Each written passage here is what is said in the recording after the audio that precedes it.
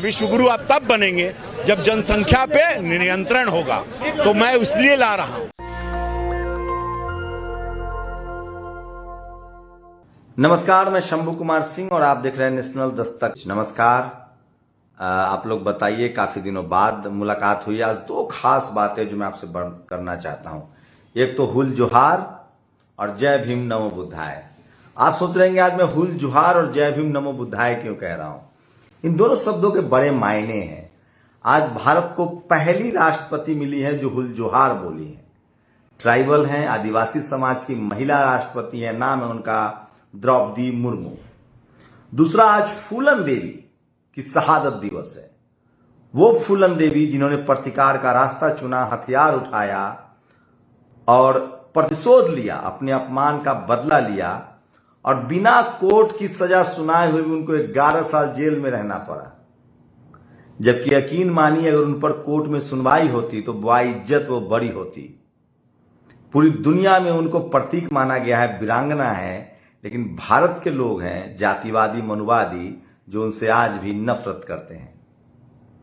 तो खास ऐतिहासिक दिन है आज दोनों, और आज उनकी शहादत दिवस भी है। एक दुखद दिन भी है, लेकिन एक दूसरी तरफ उनके एक ऐतिहासिक दिन भी है कि किस तरह से आज संविधान ने एक आदिवासी महिला को राष्ट्रपति के पद पर पहुंचा दिया, जबकि धर्म आपका महिलाओं को पढ़ने का अधिकार नहीं देता था। आज ऐतिहासिक दिन है सावित्रीबाई फुले के लिए, जिन्होंने स्कूल के दरवाजे खोले महिलाओं के साथ। सोचिए, अगर सावित्रीबाई नहीं होती तो द्रौपदी मुर्मू नहीं होती। इस देश में महिलाओं के लिए पहला स्कूल सावित्रीबाई ने खोला और तभी द्रौपदी मुर्मू को पढ़ने का मौका मिला और वो आज राष्ट्रपति के पद पर पहुंची है। तो न सावित्रीबाई फुले होती, न भारत का संविधान होता, और बाबा साहब नहीं होते तो आज द्रौपदी मुर्मू भी नहीं होती। तो पूरे देश को, पूरे महिला समाज को, SC ST OBC माइनॉरिटी बहुजन, पूरी महिलाओं को किसका सम्मान करना चाहिए? किसकी वजह से आज पायलट, जज, बैरिस्टर बन रही हैं? धार्मिक किताबों ने आपके स्कूल पर प्रतिबंध लगा रखा था। आज आप बाबा साहब के संविधान, माता सावित्रीबाई फुले के स्कूल की वजह से आप तमाम बड़े पदों पर पहुंच रहे। लेकिन विडंबना देखिए, जातिवाद कितना बड़ा जहर है कि आज भी इस देश की सवर्ण समाज की महिलाएं सिमोन द बुवार को जानती हैं, माइला एंजेलो को जानती हैं, लेकिन वो सावित्रीबाई फुले और फूलन देवी को नहीं जानती है। खैर, इतिहास को आप दफना नहीं सकते हैं। वो पौधा है जो पहाड़ पर उगाता है। लोगों ने सिंधु घाटी सभ्यता को दफनाने की कोशिश की, हड़प्पा मोहनजोदारो को दफनाने की कोशिश की, लोगों ने बुद्धमय भारत को दफनाने की कोशिश की, लेकिन जैसे ही आज इस देश के मूल निवासी SC ST OBC माइनॉरिटी के लोग पढ़ते लिखते जा रहे हैं, अपने संविधान, अपने इतिहास को जिंदा कर रहे हैं। और उसी कड़ी में आज पूरे देश में और पूरी दुनिया में सावित्रीबाई फुले की वजह से जो द्रौपदी मुर्मू राष्ट्रपति बनी है, उनको जश्न मना रहे हैं और शहादत दिवस मना रहे हैं फूलन देवी का, जो बाद में बाबा साहब का रास्ते पर चली और उन्होंने बुद्ध धम्म को अपनाया। तो देर है अंधेर नहीं है, बस जरूरत है निडर होकर, निस्वार्थ होकर मानवता की सेवा करने के लिए, इंसानियत की सेवा करने के लिए। चलिए एक आज वीडियो दिखाता हूं आपको। सोचिए, सोशल मीडिया पर कितनी पकड़ है इस देश के प्रधानमंत्री नरेंद्र मोदी का। ये तमाम शब्द जो वो बोल रहे हैं, हमारे हिंदी पट्टी के SC ST OBC के नेताओं ने लगभग बोलना बंद कर दिया है। स्टालिन अभी जिंदा है। बाकी प्रधानमंत्री के शब्द सुनिए, उसके बाद मुझे बताइएगा और तब बताऊंगा कि मैं ये क्यों आपको सुना रहा हूं। ये देखिए। सामाजिक न्याय का अर्थ है, ये वीडियो बहुत जरूरी है इस देश के लिए। समाज के सुनिएगा, वर्ग को समान अवसर मिले। एक बार फिर से मैं चाहता हूं। सामाजिक न्याय का अर्थ है समाज के हर वर्ग को समान अवसर मिले, जीवन की मौलिक जरूरतों से कोई भी वंचित न रहे। दलित, पिछड़ा, आदिवासी, महिलाएं, दिव्यांग जब आगे आएंगे तभी देश आगे जाएगा। सोचिए, ये बात प्रधानमंत्री नरेंद्र मोदी कह रहे हैं, जिनकी पूरी नैरेसिंग आरएसएस में हुई है। वो संस्थान जो महिला विरोधी है, जो जातिवाद, पाखंडवाद, मनुवाद, ब्राह्मणवाद को बढ़ावा देता है।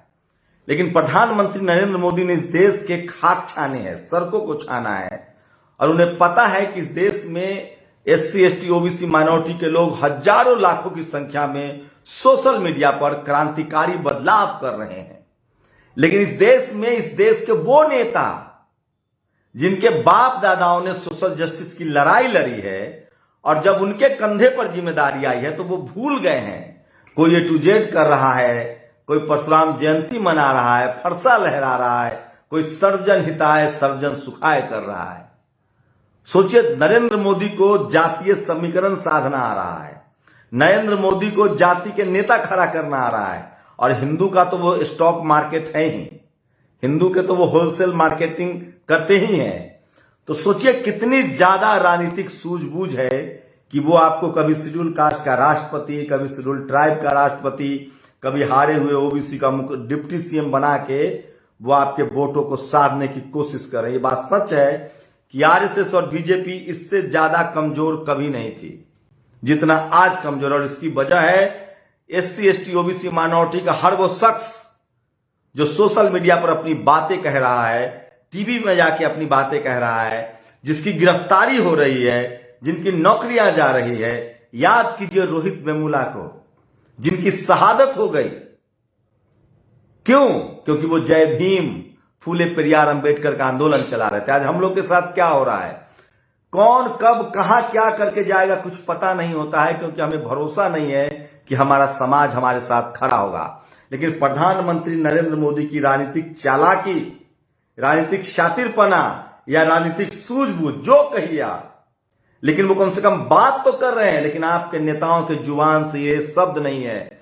इसका मतलब है कि नरेंद्र मोदी सोशल मीडिया के सबसे बड़ा समझदार, और उनके पास एक मंडली है जो उन्हें समाज से समझाता है कि एससी, एसटी, ओबीसी माइनॉरिटी के लोग की कितनी पॉलिटिकल चर्निंग हो रही है, वो कितने एकजुट हो रहे हैं। और शायद यही वजह है कि उनको लगने लगा है कि social justice, schedule caste, schedule tribe, पिछड़ों की बात करके वो वोट ले लेंगे, और वो ले भी लेंगे।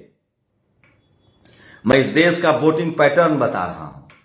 इस देश में शेड्यूल कास्ट के लोग इतने कर्मकांडी और धर्म में डूबे हुए हैं कि वो कहते हैं कि वो वैसी मुसलमान है, मुसलमानों को वोट नहीं देंगे जब तक गठबंधन ना हो। इस देश में ओबीसी इतना कर्मकांड और धर्म में अंधा हो चुका है कि वो शेड्यूल कास्ट की पार्टी को वोट नहीं देता है, कहता है शेड्यूल कास्ट की पार्टी है, दलितों की पार्टी है, जब तक गठबंधन ना हो। और इस देश में सवर्ण समाज सबसे शातिर और सबसे होशियार और सबसे ज्यादा जातिवादी है। वो किसी कीमत पर लालू यादव, मुलायम सिंह यादव, पिछड़ों को वोट नहीं देता, कहता है कि ये शूद्रों की, पिछड़ों की पार्टी है। अब वोटिंग पैटर्न बता रहा हूं मैं आपको। मुसलमान धर्म की वजह से बीजेपी को तो नहीं, बाकी सभी दलों को वोट करता है। शेड्यूल कास्ट के लोग सभी दलों को वोट करते हैं, बीजेपी को भी वोट करते हैं। पिछड़ा समाज के लोग सबको वोट करता है, बीजेपी, कांग्रेस, लोकल पार्टी सबको वोट करता है। लेकिन सवर्ण समाज के लोग जब से बीजेपी आई है वो सिर्फ और सिर्फ बीजेपी को वोट करता है। अब तो वो सवर्णों की पार्टी कांग्रेस, आरएसएस, कांग्रेस, बीजू जनता दल, ममता बनर्जी को भी छोड़ चुका है। लेकिन इतनी सी बात आपके एससी, एसटी, ओबीसी माइनॉरिटी के नेताओं को समझ में नहीं आते हैं। और उनके आसपास चाहे वो पत्रकार हो, चाहे चाटुकार हो, चाहे उनके रणनीतिकार हो, वो सब सवर्ण समाज के लोग होते हैं, और वो उनको धर्म के नाम पर फंसाए हुए हैं। सबसे ज्यादा इस खेल में माहिर पीके निकला, जिसने पूरी राजनीति को 2014 से धर्म के आसपास बुन दिया और सारे नेताओं को समझा दिया कि अगर धर्म के खिलाफ बात करोगे, धार्मिक प्रोपेगेंडा के खिलाफ बात करोगे, कर्मकांड के खिलाफ बात करोगे और सोशल जस्टिस के पक्ष में बात करोगे, फूले पेरियार अंबेडकर की बात करोगे, तो आप चुनाव हार जाओगे। लेकिन वही प्रधानमंत्री नरेंद्र मोदी 2022 आते आते सोशल जस्टिस, आदिवासी, दलित, पिछड़ों की बात करा, क्योंकि उनको पता है कि इस देश की बहुसंख्यक आबादी अपने हक अधिकार के लिए सोशल मीडिया की वजह से जागरूक हो रही है, और वो आदमी इसको साधने में लगा हुआ है। इसलिए मैं कह रहा हूं कि बहुजन समाज को नेता उनको चुनना चाहिए जो सड़कों पर लड़ा हो, जो समाज के तकलीफों को जानता हो, जो संघर्षों से निकला हो। आरएसएस वैसे लोगों को राजनीतिक लीडरशिप देती है जिसने संघर्ष किया हो, जो उसकी विचारधारा का सबसे मजबूत पक्षधर हो। एससी एसटी ओबीसी माइनॉरिटी को भी ऐसे ही नेताओं को चुनना पड़ेगा जिसके खून में सोशल जस्टिस हो, जिसका जीवन संघर्ष में बीता हो और जिसने लाचारी, बेबसी और गरीबी सब देखा हो, जिसका तब जाके वो आपके समाज के लिए काम करेगा। ठीक वैसे ही जैसे देखिए, ये शख्स, इसके अपने 4 बच्चे हैं और ये कह रहा है कि हमें जनसंख्या नियंत्रण बिल चाहिए। ये देखिए, प्रधानमंत्री के विकास के पथ पे चलते हैं। वो चाह रहे हैं कि विश्व गुरु बने। विश्व गुरु आप तब बनेंगे जब जनसंख्या पे नियंत्रण होगा। तो मैं बीजेपी की पूरी पॉलिसी होती है कि मुसलमानों के इर्द गिर्द, मुसलमानों के चारों तरफ एक नैरेटिव फैलाया जाए नफरत का। आज चित्रा त्रिपाठी एक बुलेटिन कर रही है और वो कहती है कि महबूबा मुफ्ती ने नाम खराब मुर्मू पर और रामनाथ कोविंद पर हमला किया, जबकि ये शेड्यूल कास्ट, पिछड़े दलितों को मुसलमानों से लड़ाने की लड़ाई है और इसको आप पर सावधान रहना पड़ेगा। और अंत में पोस्टर देखिए, अब मोदी जी के पोस्टर का विरोध करेंगे तो आप जेल में डाल दिए जाएंगे। ये पोस्टर गुजरात से है, कांग्रेस कार्यकर्ता ने उस पर इंक फेंका तो उनको जेल में डाल दिया गया है। तो ये तमाम बड़ी खबरें थी जो सोशल मीडिया पर आज वायरल है। और मैं एक बार फिर से इस देश की वीरांगना, महिलाओं के सम्मान की प्रतीक, इस देश की पहचान फूलन देवी को नमन करता हूं उनकी शहादत दिवस पर। सोचिए, इस देश की महिलाओं को फूलन देवी ही, सावित्रीबाई फूले और फूलन देवी प्रेरणा का केंद्र है। क्या इस देश की सवर्ण महिलाएं आज भी सावित्रीबाई फूले और फूलन देवी से नफरत करती हैं? क्या वजह है? जाति, जबकि उन्होंने उनको अधिकार के लिए, उनके अधिकार के लिए लड़ाई लड़ी। आप लोग अपनी प्रतिक्रिया जरूर दीजिए। शुक्रिया। नेशनल दस्तक की आपसे गुजारिश है कि अगर इसको बचाना चाहते हैं तो नेशनल दस्तक को सब्सक्राइब करने के लिए रेड कलर के सब्सक्राइब बटन को दबाएं, फिर बेल आइकन की घंटी दबाएं। नेशनल दस्तक को बचाने के लिए बहुत जरूरी है कि हर खबर को शेयर करें, लाइक करें, कमेंट जरूर करें।